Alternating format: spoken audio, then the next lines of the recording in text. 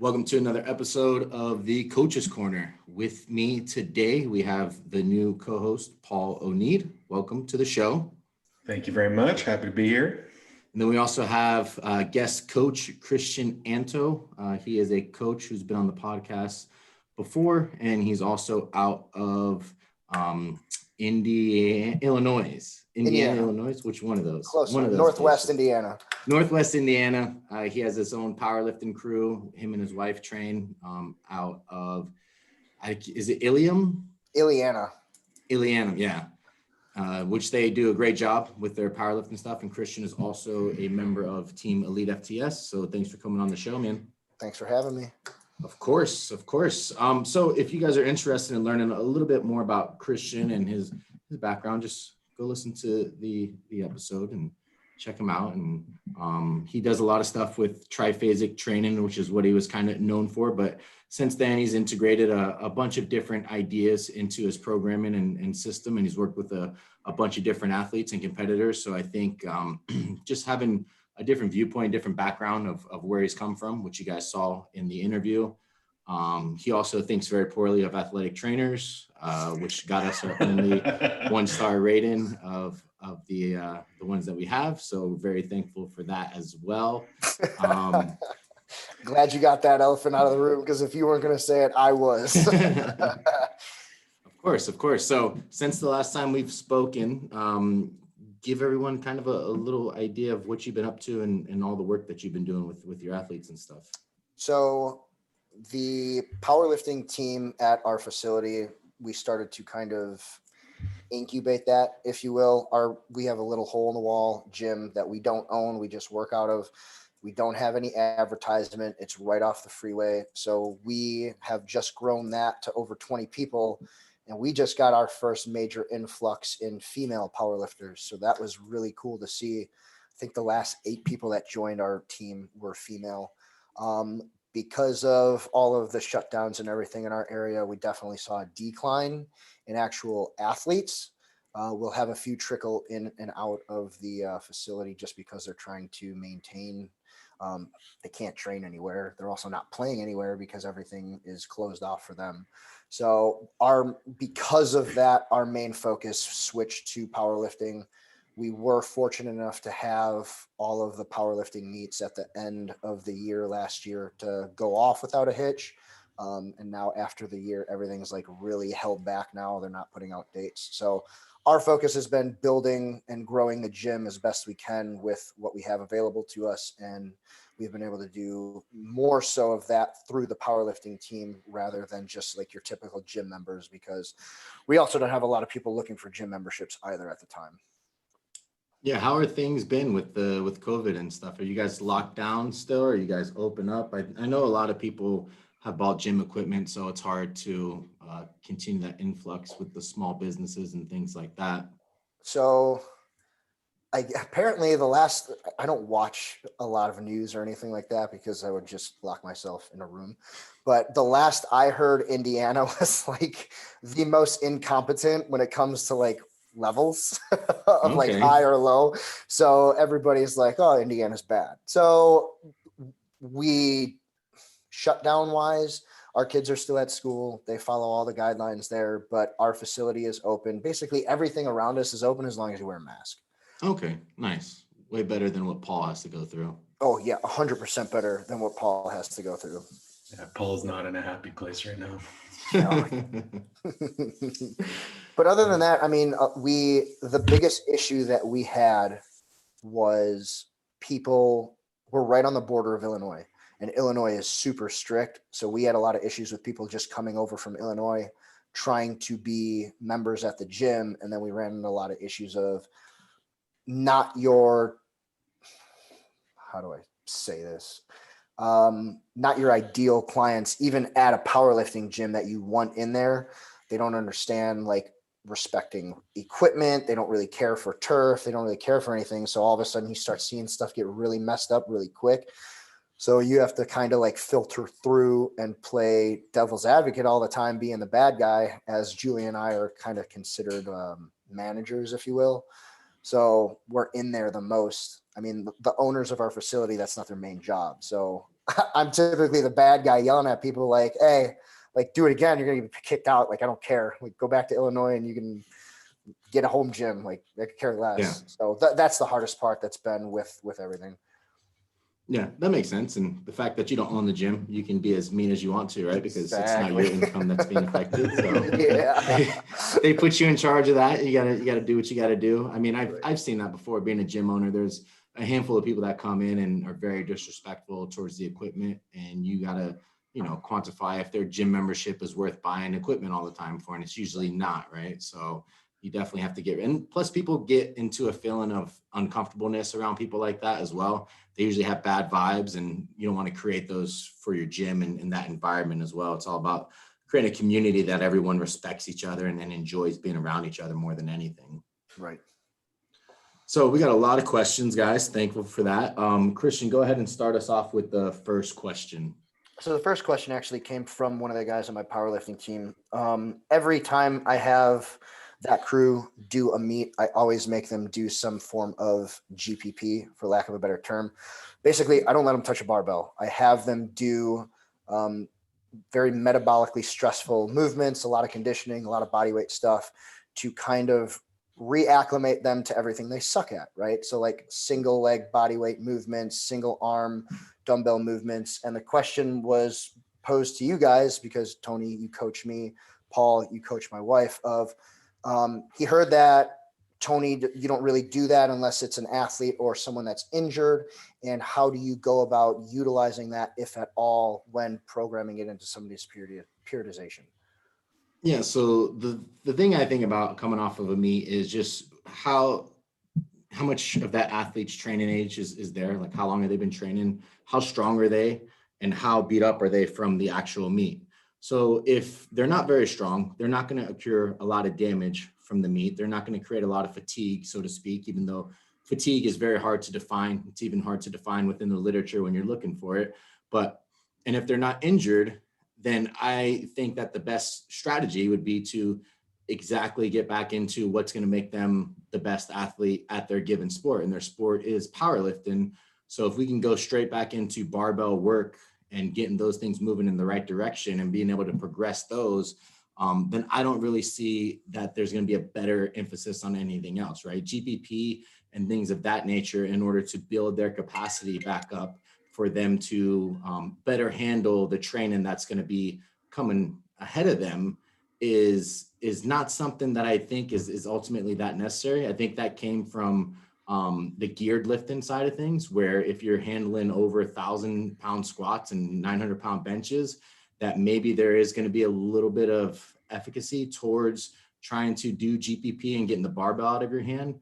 But for guys who are squatting 500 pounds, 400 pounds, and girls squatting, 200 pounds and 300 pounds, I don't really think they need that deload in terms of barbells in and out of their hands, unless they have a pre-existing injury that they can, train around and still train hard. The idea is to get them training as hard as possible after meet without perpetuating any injuries or anything that they have going on. And if we can do that with a barbell, that's going to be ideal. But if they are beat up, then we can add some dumbbells in there or some machines in there so that they can still train hard. We don't want to teach that the time after meet is a time to take a break and a time to kind of deload the training intensity and just build up conditioning. Because, and to be quite honest with you, like the idea of bioenergetics and conditioning work and aerobic and alactic and lactic work and things like that to build a bigger capacity for a lifter, I don't think gets diminished as much as people tend to think it does when it gets ready for a meet, especially if they're in shape as a lifter, which they should be. If they're in shape year round, it's the idea of like, if you're always ready, you don't have to get ready, right? So if they're so out of shape from the meet, then that was probably a bad job on the coach's behalf of making them focus on that and enforcing that type of stuff. Because if their fitness drops too much while they're getting ready for meet, then they're not going to be able to showcase their actual preparedness for that meet in general, right? So I think the idea is to get them back under a barbell as fast as possible so that they can practice more of the specificity of movements. Now, if they're, if it's like even with Sean, like my training partner, Sean, back in Oregon, he he did 2,400 pound total. He just took a week off and then got back into training with a safety squat bar, right? And, you know, if things felt bad, he would proceed to take a week off, right? But I think putting a game plan in place that allows the lifter's body to kind of dictate what you're going to do instead of just thinking about it in terms of this block has to be done GPP style or this block has to be done a certain style. You get the biofeedback from the athlete, from their body, and then you continue to reevaluate the program and change it based off of that. Paul, what do you got? I kind of take a stance halfway between both of you, whereas like I'm not going to devote an entire block to that sort of training. I will that first week back after the meet, they're probably not going to be training with a barbell, and it'll probably be a lot of just movement. I think there's a miscommunication with regards to like, yeah, we're going to be doing GPP, and that means that it has to be light or hard or easy. I've seen some of Christian's GPP stuff. It's miserable.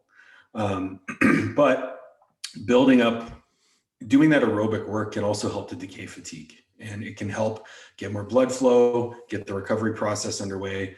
I do agree that the majority of that like novice intermediate lifter might not directly benefit from that in terms of the recovery aspect, but in terms of having a break from the training, it's beneficial after a meet. But then I'll jump right back into training that next week. My training will be more general in nature. So they will have a metabolic component. I'll modify rest periods. I will keep the movements very general. So there'll be quite a bit of variation involved. We're not jumping right back into low bar squats and competition deadlifts and things like that. We're going to keep it general, focus on movements that are going to build those core movements. And there will be an emphasis on unilateral training. So like I definitely believe that we need to get back to training as quickly as we can, but there is definitely a point in which we should, you know, get some blood flow, get the people moving. I mean, Christian, you've seen the kind of training that I implement with Julia. Like she's always working hard, regardless of if the weights are light or heavy. Right. And that's kind of the way I look at things, regardless of if you're underloading the weights. You should choose strategies that allow you to keep relative intensity very high. And the sooner we can get back into training hard, the more progress we can make right away. So get that person feeling good, whether it's a week completely off like Sean, or a week of doing, you know, body weight and circuits. It doesn't necessarily need to be body weight, but some circuits, no axial loading, and getting them moving again, and then get back to training right away. What is your take on that, Christian? Because I mean, the person that asked you the question understands your training philosophy, but maybe the people listening don't. So they do, and it's a spectrum for me because, as we mentioned before, I try and program for a powerlifting team, and a little background on that is there's like 23 people on the team, ranging from the age of 18 to 52, and male and female, from never touching a barbell before to, I think the oldest training age on the team is like 5 or 6 years. And that 5 or 6 years individual is a super heavyweight, and he's a ginormous person that literally can't breathe from walking from one end to the gym to the other. So I get more questions after a meet of, I feel out of shape, or I feel this way. And the ironic thing about powerlifting is, if you don't have powerlifting athletes that's all they do, it's a hobby. Like, it's legitimately a hobby. They have a 9-to-5 job or a very demanding job. The person that asked this question is a firefighter. So they have to have a certain level of conditioning and or fitness that by the time they get to a meet, although they enjoy doing it, they feel very, they don't feel able to do their job outside of the gym as much. Now, me as a powerlifting coach, because these individuals aren't trying to go for national records or whatnot, my job is to make them as healthy as possible outside of the four walls of the gym and not allow them to get hurt while they kind of dabble in the sport of powerlifting. So I found that it is a good mixture between the two. The majority of my athletes that I have from a remote standpoint, online clients that are higher level lifters, again, with you guys, maybe a week, 2 weeks, and then they're right back into more of a hypertrophy based, trying to build more muscle, growing into their weight classes. So this GPP approach, early on in my career was this is a must do for X amount of time. That's just because of the way I was raised. But now looking at all of these skill acquisitions that both you guys talk about all the time, which is great at just blasting through biases, has aided me in understanding why this phase isn't necessarily needed all the time. It's just really helpful for this general population of powerlifters that I have that want to be in a team aspect. And that's why I like to actually program it in a block of training so that they can, if they do decide want to lose weight or feel better after a meet, this is the perfect time for them to start learning how to get a handle on their nutrition or learn how to be a little bit more athletic for individuals that didn't do any sports in high school or college or something like that. I think you bring up, go ahead, Paul. I was going to say, you think you bring up an interesting point about this individual himself feeling out of shape because he's a firefighter and requires some sort of conditioning level to perform his job. And I think there's a really big, kind of like just an ignorance to the fact that we hold adaptations for quite a bit of time. So especially like an aerobic adaptation, if you get in 10,000 steps a day, you're likely doing enough to maintain some baseline level of aerobic fitness. Then when you go to that higher level, like a firefighter is going to need some lactate threshold, some stuff like that. It's very easy to maintain that with training if you just do your work on short rest periods. So the ability to maintain this adaptation of fitness is really quite easy as long as you do the little things really well. So as long as you're not, doing a set of dumbbell curls and sitting down for 3 minutes in between your sets of, and then going to a tricep press down and then back to sitting down, and you motor through your assistance work, you're getting conditioning. You're going to keep that heart rate above 120 that whole time. You can't tell me that's not going to keep your fitness up. Sure. And reality is, and this is what I do, because I actually really love doing conditioning. I find it really enjoyable. I'll do higher intensity conditioning a couple days a week up until about 8 weeks out. Then it'll be once a week till about 4 or 5 weeks out, and then it's just walking. I've never had it. Well, I don't have often issues. And if I do, I just pull it out sooner. Yeah, my question would be the idea of attenuating these adaptations in block periods and thinking that, or at least having your athletes think that it can only be done during certain blocks, right? The ability to improve capacity is something that should be done year round, right? If you look at the concurrent training literature, it shows that as long as things are periodized to a certain extent, you can continue to get stronger and hypertrophy and improve your endurance as long as the duration and the actual modality is thought about, right? So the idea that you can't continue to get in better shape year round, right? Like you can only do that during a certain block, and then everything else is dictated towards powerlifting is where I kind of draw the iffy line of like, should GPP blocks be inserted, or should you just go back to regular training and then add in conditioning that can be attenuated via GPP? Or if you have someone like a firefighter, right, you may be able to get in good shape doing GPP type circuits, whether you can just say you group in some unilateral work like Bulgarian split squats, superset with single arm dumbbell bench press, superset with sled push, superset with something else, right? At the end of your workout, you just combine 4 exercises together. That can be the GPP portion of that workout. Do you need entire blocks for that? No, I don't think so. I think you can do that until pretty much the entire time. You look at someone like Carlos Reyes, he's doing conditioning work all the way until the last week of his meet. And that's because the idea is, if you think of it from a training perspective, right?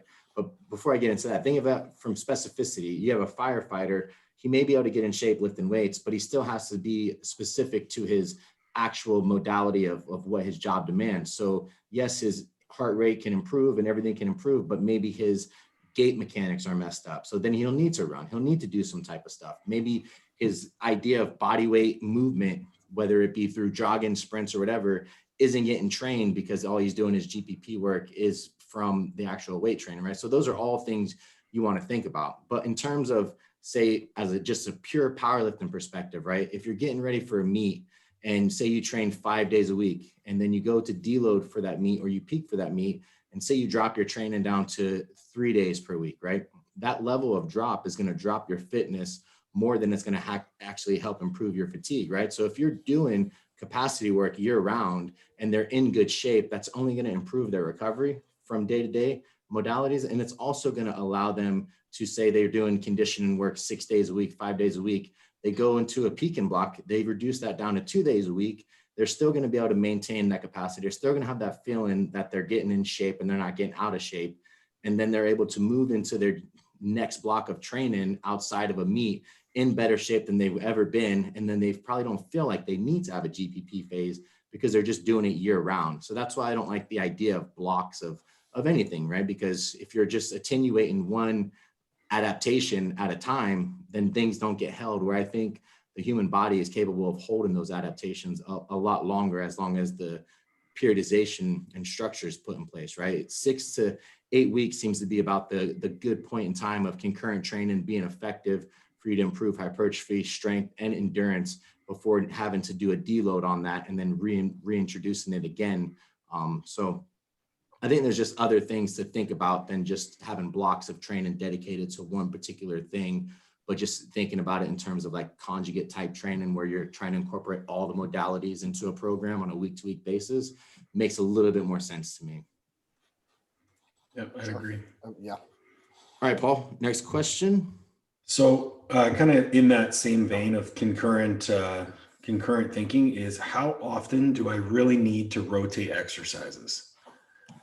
I just thought that was such an interesting question. Yeah, it's definitely a debated topic, right? Because people think variations are related to conjugate. And if I have to hear one more person say like conjugate west side, like they're two totally different things, right? If people can't think of conjugate on their own without thinking of west side, which is ridiculous. But Christian, go ahead, take a shot at this question. So I'm going to regress that. And before everybody talks about variation, I would highly suggest people understanding what these variations do. It's not just like a novelty, right? These bars were specifically made to have some desired effect. And when I'm outside of the powerlifting team, if I'm working with one individual in a conjugate system, I'm not looking to try and make the most amount of variation for that individual. It has to be, hey, why are you bad at the squat? And figure out what those variations that fall under that trouble tree that can be used, and what specialty bars potentially, if not no specialty bars, will aid them in putting them in a poor position while allowing them to maintain a fairly good squat pattern so they can fight through their issues. If I have a quad dominant squatter and I keep them, let's say, on a safety squat bar in their competition stance, and they learn how to be better at it, there's really no point in that variation whatsoever. Like it should never show up back up in their program ever again. Now, if they love that bar, yet they keep getting dumped forward in a meet, why aren't you doing a variation with a straight bar to better that? Like, everybody is against a straight bar in the conjugate system. And this last year, by having you guys in my network of coaching, there's no reason not to put a straight bar in the conjugate system. I don't understand why everybody is like, it has to be a specialty bar. It has to be a variation. So I don't think you necessarily have to change anything at all for at least a 4-week time period. And that's accessory movements and potentially main movements. When I have a beginner that comes to me, I will keep them under a straight bar, but I will see prior to that, like kind of my onboarding process of, okay, this individual, let's say, can squat all day long. They get into a forward pitch position and they only know how to use their lower back and their quads. I'll keep them on a straight bar and say, hey, let's try and move you into a little bit wider of a stance. Let's see if you're actually able to utilize glute and hamstring to aid you in this and not get pitched forward, not fall forward. But I still want to try and keep their movement patterns as close to what they're used to as possible, to see if that transition or if that variation is good or bad for them. Now, this doesn't go for somebody that I've had for a long time. If I know my clients, I'm going to throw them under the bus. Zach, one of my clients, Zach, and he hates the safety squat bar. It's probably the worst thing you can tell me, that you hate a bar. There's a reason that you hate that bar, and it's probably something that you need to work on. So the majority of his training, especially in this phase that he's in right now, I have him on a safety squat bar, because when he figures the safety squat bar out, he does better on a straight bar. Now, to kind of add to the topic of variation, a lot of people, the rebuttal to that is, well, you kind of lose what a straight bar feels like. I do not disagree with that by any stretch of the imagination. And that's why with my new biases, trying to stay on specialty bars constantly isn't necessarily the right route to go either. Every specialty bar and variation has like different characteristics that people adapt to, if you will. And that's why when you constantly switch over and over and over again, and you can't apply what you learned from that bar, it negates the whole system in and of itself. It negates the bar, because the bar is trying to get you to correct something. And if you can't apply it, then there's no point in using it. Yeah, great points, man. I think the idea is like, why are we using a variation, right?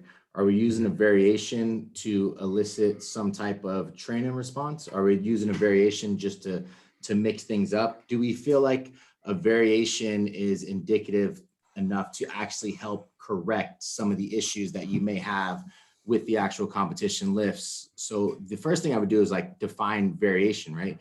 Does variation always have to be with a particular bar? And the answer is no, right? Like you can vary the rep scheme, you can vary the rest in between sets. Those are variations as well that can create adaptation that you're looking for. So if you're thinking about how can I get strong, what leads to being as strong as humanly possible? And the answer is going to be most likely neurological adaptations. Well, how do I create the most amount of neurological adaptation possible? And that's to be as specific as possible and to do as much redundancy within that movement pattern as you can.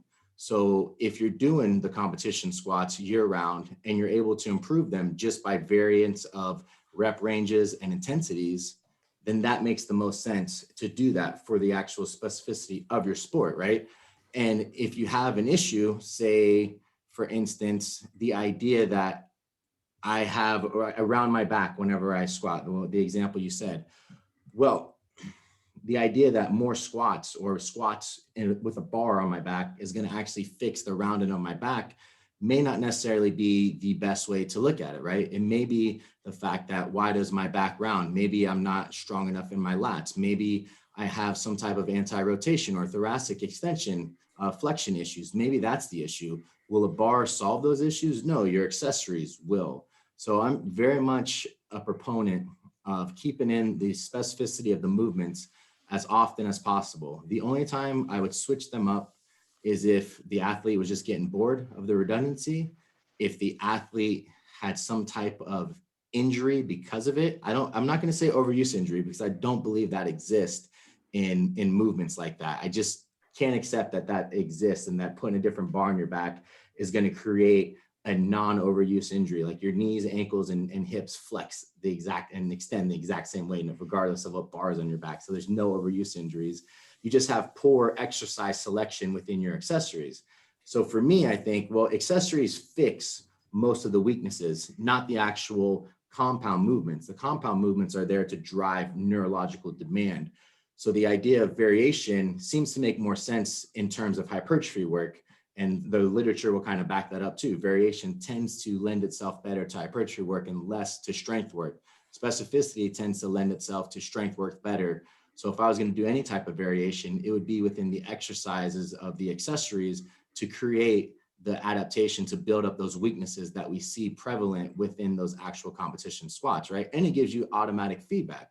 So if I am trying to fix rounding of the upper back with, I don't know, say I use 2 bars that are 8 weeks, 4 weeks on one bar, 4 weeks on the other. And I think these bars are going to fix upper rounding. And then I get done with the bars and I go back to squatting and I still have rounding in my upper back. I just possibly wasted 8 weeks of training. Whereas if I had the competition lift in there for those 8 weeks and I have the accessories to build those up, every week I can see if there's some type of pattern being built and some type of fix on those weaknesses being built.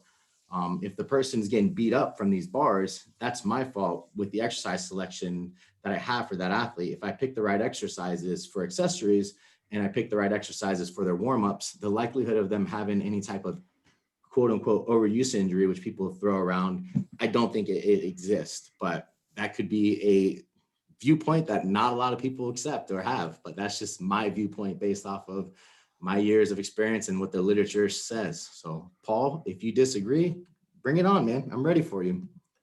I'm not sure I disagree with the general like philosophy there, but I mean, perfect world isn't a perfect world. Loading a heavy low bar squat, we're all gonna have fucked up shoulders and elbows. It's just not a great position to be in, especially with, you know, heavy loads, regardless of how intelligent you can be with your exercise selection. I find it very challenging, regardless of whether the person's squatting, you know, 5, 6, 7, 800 pounds, they're all going to have shoulder and elbow issues. But I digress. There's so many really good points that you guys brought up. I tend to side with I'm going to change the movement when you can stop progressing it. Plain and simple. Okay. I think to the most basic level, so a dumbbell bench press. If I'm going to keep your dumbbell bench press within the 8 to 12 rep range, so you'll spend a couple weeks trying to find your 12 rep max, and you'll spend a couple weeks trying to find your 11 rep max, and then your 10 rep max, and then your 9 rep max, 8, 7, whatever. And then by the time you got into your 8 rep max, you go back to your 12 rep max, your 12 rep max is higher. So you just got stronger. And then we continue to progress that, right? The answer that I give a lot of my clients, so like, I had it actually the other day, the kid was like, hey man, like, when are we going to stop front squatting? And I was like, when you stop getting better at it. Like every week his numbers are going up. I'm like, why would we stop doing it? It's working. And I definitely agree with Tony, the point about having the competition movement in your rotation in some capacity as an assessment. So what I have done in the past is, if I'm using variations as far as part of the main training, I'll go to the comp lift on the deload week at a lower percentage, just to see like, okay, am I transferring over this skill? Am I able to move it a little bit better, a little bit faster? That's one strategy. The other strategy is to keep the competition movement in some capacity in the training. So if the main lift is going to be a variant of the competition movement, the secondary movement might be like a paused comp squat, or like a 3-second paused bench press, just to have some type of competition bench or squat or whatever in the program, so you can kind of see how those adaptations are carrying over. I also look at the loading parameters are really important to me when I'm looking at exercise selection. So using a front squat to build a back squat. I love the front squat. I think I very seldom encountered a person who had a great front squat and a shit back squat. The problem is the loading parameter of a front squat doesn't have as much specificity to a back squat, a competition back squat. So I will keep that in place until I get to a loading parameter that would allow me to switch to a movement where I can handle more load. So I might progress their front squat to near maximal for whatever rep range. And then I can switch to a high bar squat, or a safety bar would probably be the next progression for me. So front squat to a safety bar squat, because a maximal set of 5 on a front squat would probably be a very submaximal 5 on a safety bar squat. But then I can progress that safety bar squat up, whereas like a maximal 5 on a safety bar will be submaximal on a high bar. But then I can progress that further. So for me, I look at loading parameters as well when choosing variations and when to progress the variations. And then I come back again, as Tony said, like the variation of the supplemental movements or the assistance work is what's going to make the biggest difference in carryover, bringing up those weak muscle groups and transferring them over to the competition movement. And in general phases of training, the movements you choose for assistance work should be ones that you can have as high output as possible. So if you're looking at like a single leg variation, you're going to want to choose something maybe externally stabilized, like a Hatfield split squat, where you're on one leg, but you're externally supported and you can handle a ton of load. But as you progress in your training period and you're getting you're getting more specific in your training. Ideally, as you get towards a meet prep, that Hatfield might transition to a normal split squat, might transition to a front foot elevated split squat, then to a dumbbell split squat. So the stability demand increases and the amount of load you can handle would decrease because the stability demand goes up. But it's good because the load demand on the main work will go up, so it'll take more of your recovery. So you make the exercise harder so you handle less weight while you put more adaptive reserve into the main lift. So I know that got a little bit more complicated than I thought it would be, but So happens when you take notes, man. You overcomplicate things. I You're the know. only person on the show that's ever taken notes. So I appreciate that. Trying to be professional. Yeah. No, I like it. I think you'll see a lot too within the coaching paradigm. It's like people just pick variations because they think they're supposed to do this, right? People will say, I got my like, look at everyone's off season. It's like high bar squat. It's like, oh, everyone needs a high bar back squat, I guess, apparently, because that's what everyone goes to. It's like, and it's going to help build my quads. Like, how is it going to help build your quads? Are you looking at the bone structure? Are you looking at the morphology? Where's the torque going compared to the moment arm? Are we looking at any of that to decide if the quads are actually getting work? Maybe the hack squat's a better pick for your quads. Maybe it's a leg press, right?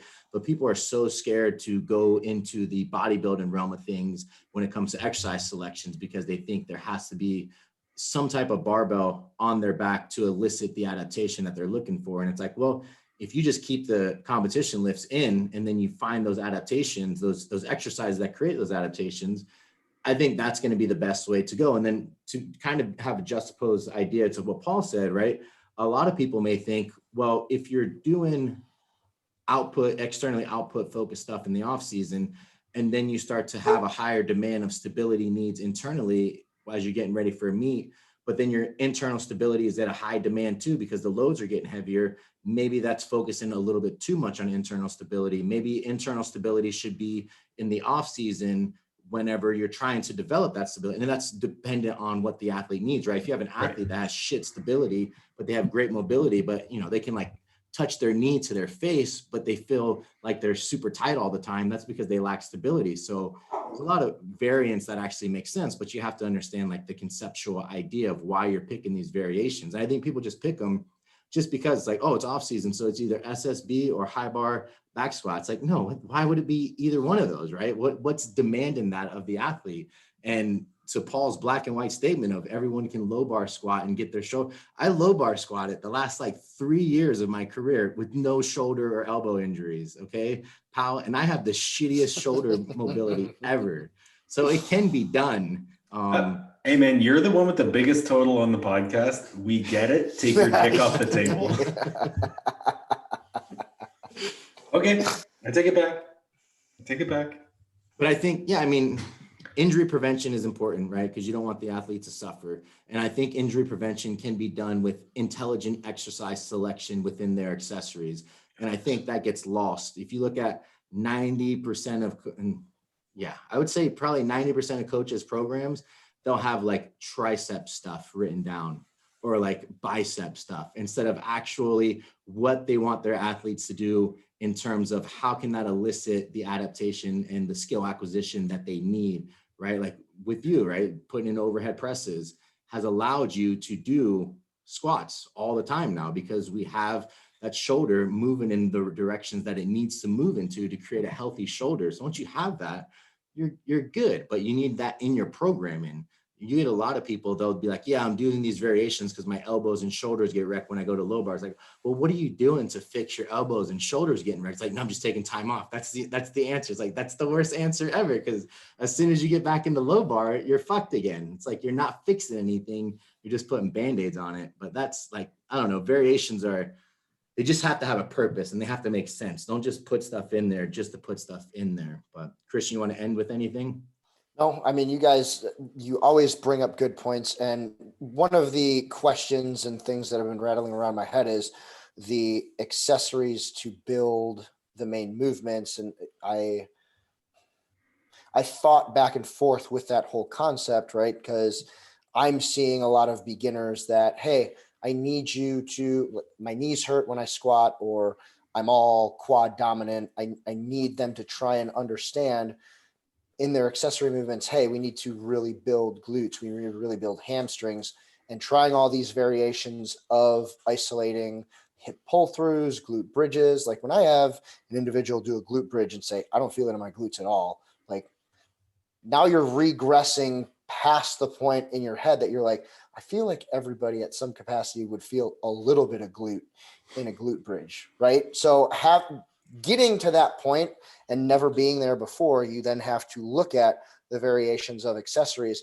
My biggest concern is if I have an individual that has a hard time feeling any glute activation in a glute bridge, when I get them back under the straight bar to keep them under there and practice, how am I going to make that correlation when they can't do it in a glute bridge to even partially understand how to get it active in a squat?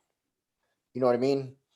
So that teaching and progressing that to a compound movement with these extremely baby lifters is a massive struggle for me, because all I can do is say, hey, did you feel that here? And they're like, no, I felt it all in my quads and my knees. And it's like, okay, back to the drawing board. Let's go to another accessory movement where we try and get everything focused on the glute to even see if they can have proprioception enough to get that muscle group going. Yeah, but you use that as an assessment, right? So if they do a glute bridge and they say, I feel it in my knees and my quads, well, then it's in my head, what jumped out is, okay, this person lacks hip extension. Correct. So they have such little hip extension that they actually can't use the glute. Hi, Julia. She was sneaking by trying not to get caught.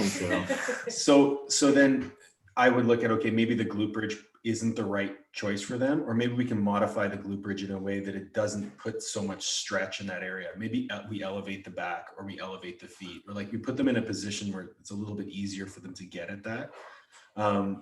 But it comes to like associations. Like, how does that one movement transfer to the main movement? So in a glute bridge, you're looking at an exercise where you're extending the hip with a bent knee. You don't really do that in the squat. Your knee is straightening as the hip is coming through. So if you could choose movements where that takes place, I think of like a single leg RDL with like an alternating knee lift. So you're bringing that opposite knee into flexion, or that opposite hip into flexion as you extend the hip. Stuff like that, you're going to get a little bit more carryover with, but that's going to be athlete dependent. It's like, where does this athlete feel this movement? Am I getting the right associations made between the assistance work and the carryover I want it to have?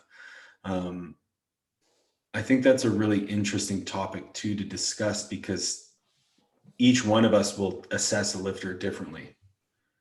But as Tony said, as long as you can validate what you're going to choose to move to, or choose the variation for, or choose the assistance work for, as long as there's a validation there, let it fly. But then have a means to assess how successful it was, so that you can determine if you can use it the next time you run into that situation. That's how we develop our philosophies, right? We come up with an idea that's backed by the data or backed by the science, and we say, okay, this should work. And we try it, and sometimes it works and sometimes it doesn't.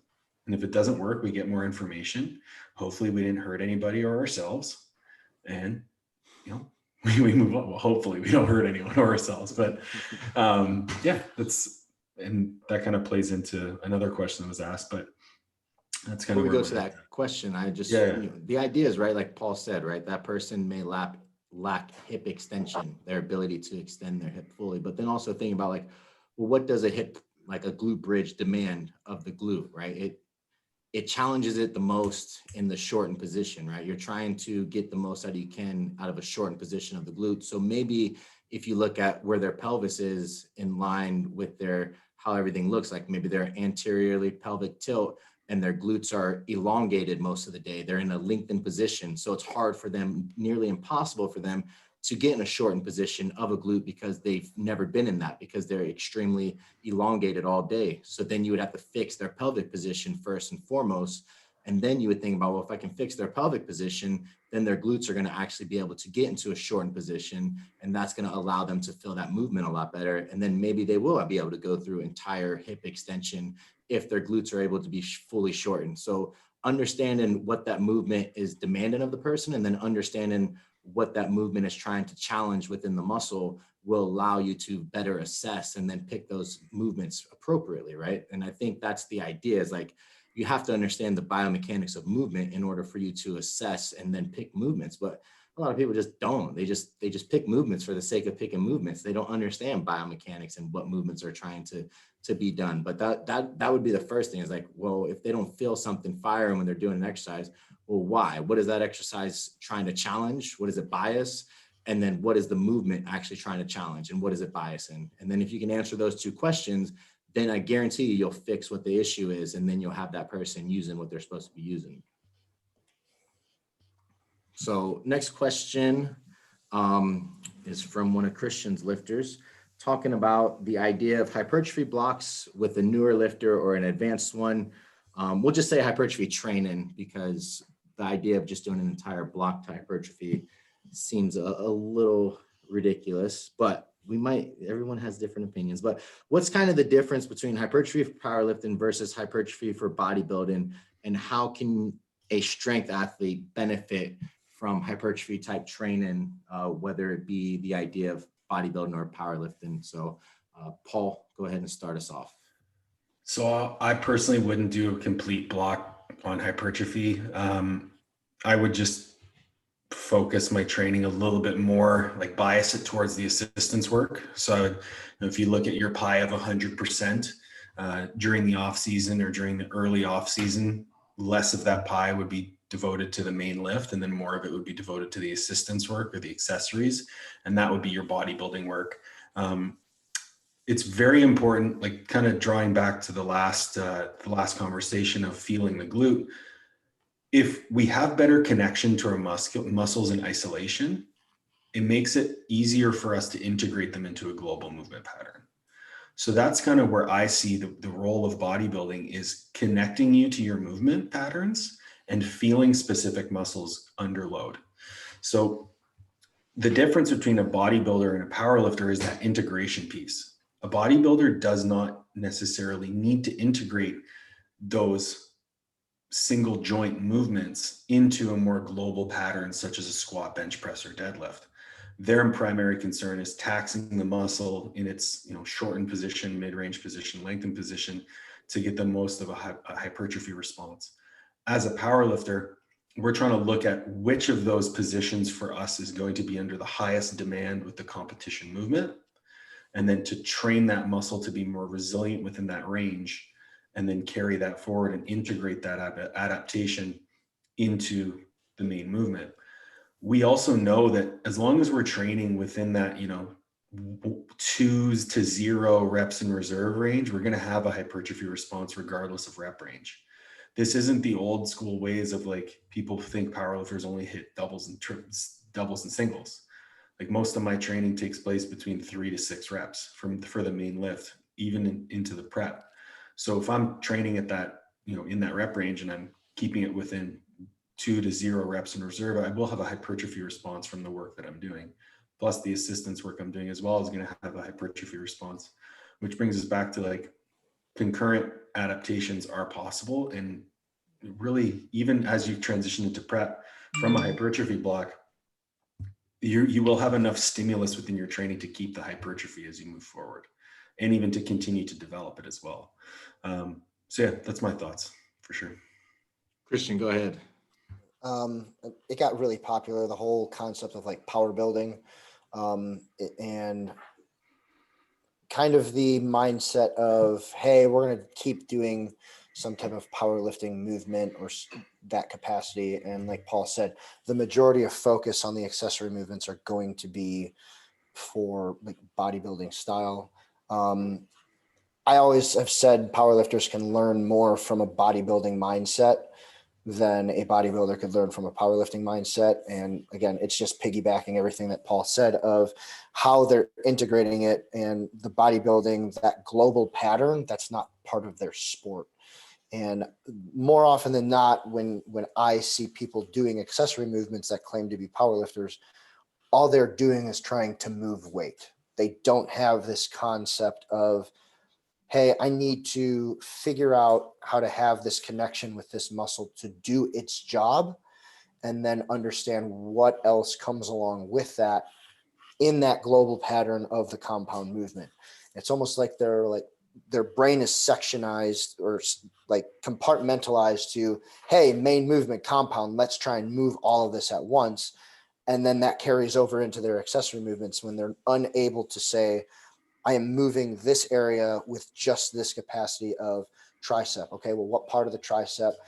Tony, you had a great conversation a few podcasts back of like cable tricep extension, actually having the joint and the tricep in line with the cable.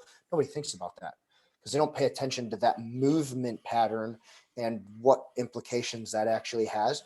All they're doing is doing a tricep cable extension. So learning that and figuring out biomechanics and movement of that in that way, I think would drastically help a power lifter. And that's how you can incorporate it into whether it be change of volume or that's just what you focus on throughout the entire training.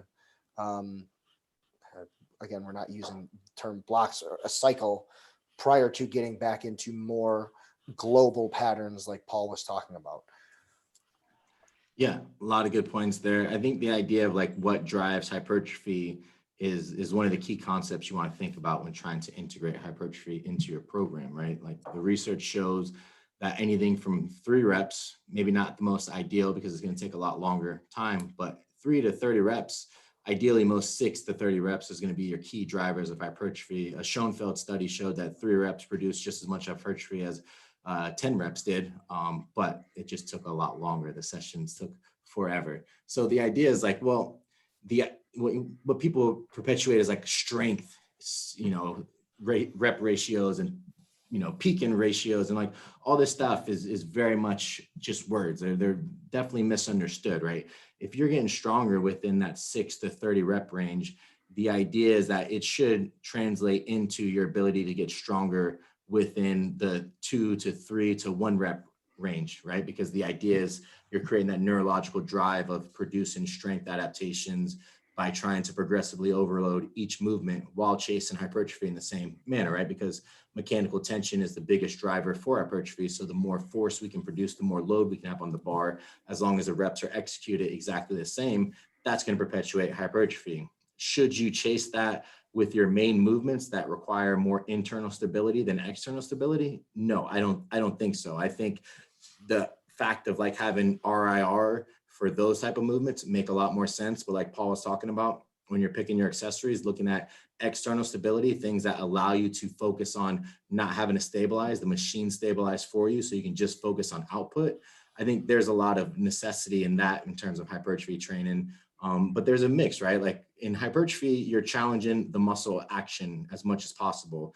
Whereas in powerlifting or strength athletics or sports in general, you're trying to get a good grasp of muscle action plus muscle function, right? There's a way you can train the lat to isolate muscle action, which is going to allow you to get your lat to be as big as possible. But there's a way to train the lat that will incorporate muscle function, which is going to allow you to have anti-rotation movement because the lat is an anti-rotator within any type of pattern to build that up. So it's a kind of finding that mix there. One of the best things about hypertrophy is the idea is to challenge the muscle in the most, I guess, biomechanically less advantageous position, right? You're trying to create the biggest moment arm you can to put as much torque within that joint as possible. So what that's going to do is that's going to allow you to challenge positions that you're not normally challenging as a power lifter. So you're going to be getting stronger and you're going to be getting healthier in a wider range of motion with certain movements, right? If you're trying to improve your chest,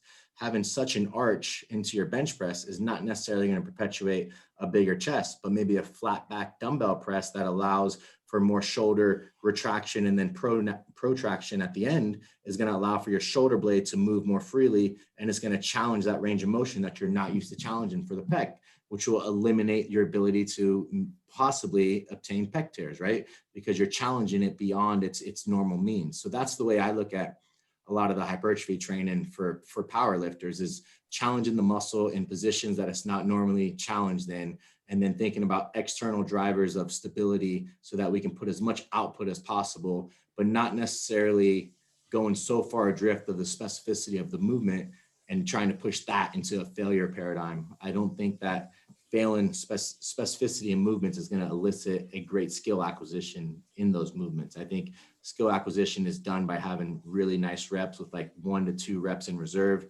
And then everything else should be focused on getting as close to failure as possible. And that would be the integration of a hypertrophy type of, I don't know, I don't say power building because I feel like that's a misconstrued word as well. But I think hypertrophy should be chased year round. Maybe the further away you are from a meet, the more you're in that 12 to 30 rep range. The closer you get to the meet, maybe you're in that 6 to 12 rep range, right? And volume is dictated by your ability to recover and fatigue. And, you know, people think about central nervous system fatigue, which gets completely misconstrued all over the place. People think you're going to fatigue your central nervous system by doing heavy singles.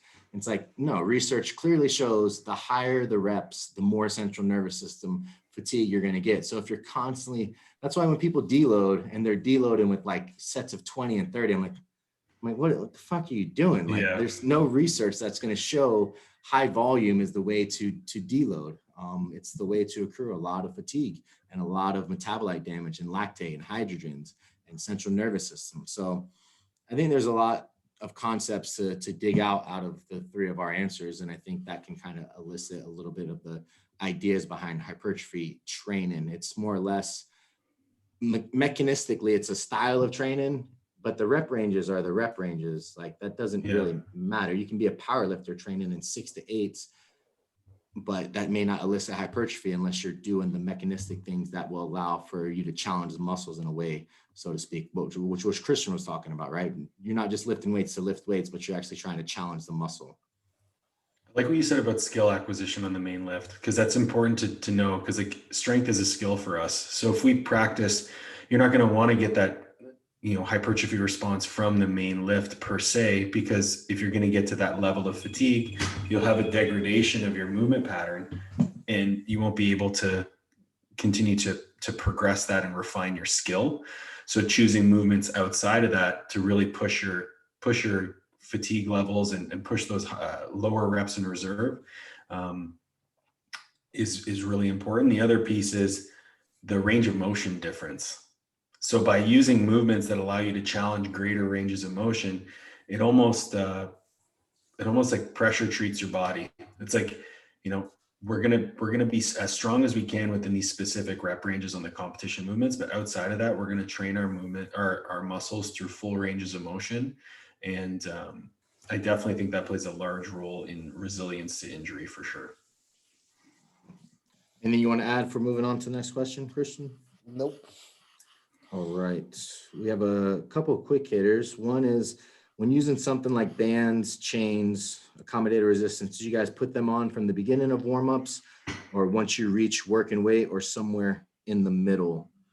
Christian, what do you have for this? Depending on the skill set of the individual, it's either going to be right away when they're warming up or between that and their middle warm-up areas. Definitely not at the very top end of their sets. Yeah, Paul?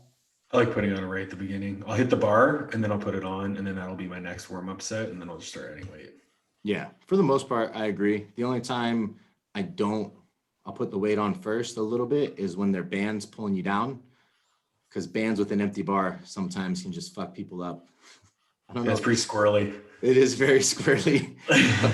But besides that, I'm the exact same way. Just put them on. That way, when you're warming up, you get a feel for everything and you kind of know which weights to pick next. And that way you can kind of gauge your feeder sets and things like that. Mm-hmm. Chris, you had a quick one, right? Yeah. What's your favorite in training snack?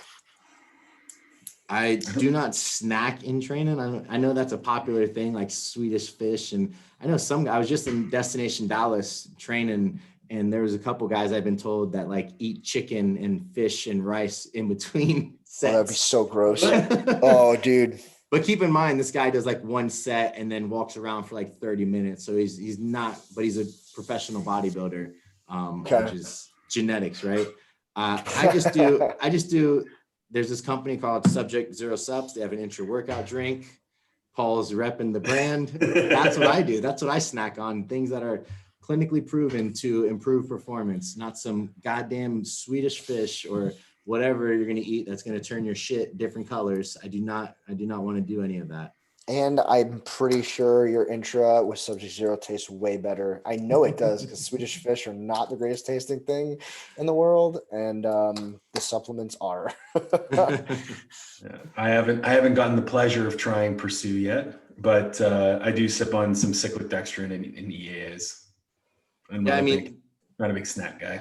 The idea is, right, trying to find things that digest well with you. There was once a funny story I like to tell intra workout snacks is Burdick at CSA had this great idea one day to do a Dorito challenge. And the idea was every time it was on a dynamic effort bench day. So 12 sets of 3 standard dynamic effort. After every set, you had to go eat a handful of Cheetos, but you weren't allowed to lick your fingers. And then you had to continue to complete the bench. Oh my gosh.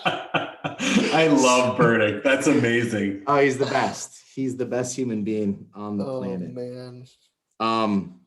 So yeah, you can go that route if you want. It's very messy. So make sure you own the gym.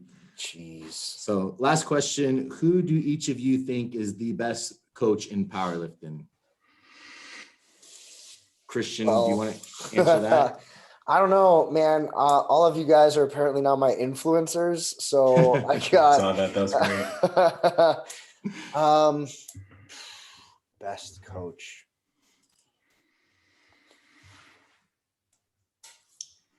Honestly, I can't name one individual person that I can say is the best coach. I'm happy for the sport of powerlifting that so many people got into the realm of it and started kind of like breaking off and coaching and helping other people that have some type of general knowledge. But at the same time, it's a double-edged sword because you see just as many people trying to help and you're like, please leave this industry and don't ever help anybody ever again. So I'm just going to say, like, I have several, I don't have one. Tony and Paul, both of you guys are my peers in this. I've looked up to you guys a lot. Trevor as well. My wife has been in this industry for going on 21 years. So don't age her. Well, see, I know better, but she's been in this industry twice as long as I have. So she's definitely somebody that I look up to as well. And you guys have literally within a year have taught so much, especially on this podcast. And I'm literally not just talking this up by any stretch of the imagination. Keep talking. I probably tag you guys and this podcast more than any other thing on social media, and there's a reason for it. Appreciate that. Paul, what do you got? I would say, like, I want to give like this, like, this guy's the best or whatever, but the reality is the best coach is going to be different for each person. Like, each person has different needs, different communication styles, different areas of weakness, etc. So, I mean, for me, the best powerlifting coach that I've ever had has been me, because my best totals were achieved when I was coaching myself. Right now, based on where I am in my life and my situation, Trevor's been the best coach because, you know, he and I chat very often, have great communication and very collaborative approach to the training, which is what I need. But if you go strictly by results, it's been me. And I think as a young lifter, if you're trying to choose a coach, I would make sure that you're not attaching yourself to somebody just because of their name or because of their reputation, because I guarantee you that I have had people not happy with the service that I've provided, even though I've done my best to provide them with the best service that I can, simply because our personalities didn't mesh. They didn't like the way I do things. They didn't like my style of training. And that's not a gripe on my way of doing things or them as people. It's just, it wasn't a good fit. So, I mean, experiment, make sure that you're being heard, make sure you're able to communicate and voice your concerns and criticisms to your coach and they're receptive to it. But don't be afraid to try out different coaches and see which one you like better. Yeah. I mean, I would say whoever's coaching Tom Brady is the best coach, right? Like, Yeah, to me, true. that's it, right? That's all it is. It's an irrelevant question. There's no best coach. It's who you can communicate the best with, who you feel the most comfortable with, and who's going to give you the best results at that given time. If you're a genetic freak, you can pick whoever the fuck you want to pick. If you're breaking world records, you can be coached by anyone and you'll break world records. I guarantee it. Tom Brady makes the coach. You know, the athletes make the coach. There's no great coach. There's only great athletes. You know, just like the idea that there's no great leaders, or there's no bad team. Or no, wait, what's the saying go? There's no bad teams, just bad leaders, I think. Yeah, exactly. So you're only as good as your weakest link. And, you know, that's the way I think of it. I think it's a mute question. If anybody ever answered that question in a serious manner, they probably have an ego extremely too big for the sport of powerlifting. But yeah, Tom Brady, whoever coaches him, best coach ever. That guy's amazing. Who's the Tom Brady at powerlifting? Yuri? Yeah, who's Yuri Belkin's coach? No one fucking knows because it's irrelevant, because it's Yuri Belkin. It was Shaco before. Who cares? Who cares? It's Yuri Belkin, man. He doesn't need a coach. It's true. Yeah. So, all right, guys, that is the end of the episode. Thank you for the questions. Thanks, Christian, for coming on. Thanks for having me. I greatly appreciate it. Of course, man. And if you guys are interested in supporting the podcast, check out Coach's Corner University, coachescorneru.com. We have a bunch of content coming up for the month of February. We have a bunch of contributors coming on board. So really excited to get all that stuff out to you guys to continue to learn and grow as coaches and athletes. And then also check out subject0subs.com if you want the ethically dosed, scientifically based research as far as supplements go. They provide all that for you with all the clinical data to back it up and all the research studies to back it up as well on the website. So make sure you go check them out, subject0subs.com. And yeah, keep asking the questions. If you like the show, leave a review on iTunes and a 5-star rating. It is greatly appreciated. And we will see you guys next week.